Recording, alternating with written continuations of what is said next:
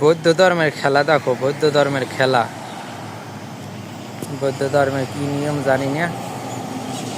পুজো দেওয়া বসে, পুজো টুজো দিয়ে কতটি পেপার আনছে, পেপারটিতে আনিয়া কইতে আছে এইগুলো এখন পুজো করছে।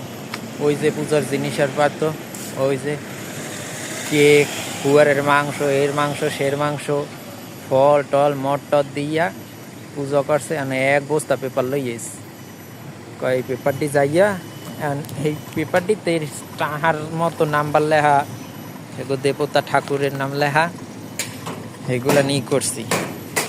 এইগুলো এখন দেশে আমার পড়তে কয়, এগুলো যাইয়ে পড়িয়ে এই রাস্তার পাশে এইগুলো সব কিছু থায়। এই রাস্তার পাশে এইগুলো বানান্য জিনিস থায়, তো এইতে আইয়ে এই পেপারগুলো পড়তে হয়। বসে আমার দেশে চাকরি, আমি কী করবো, কোম্পানিতে চাকরি করে আইসি পড়তে।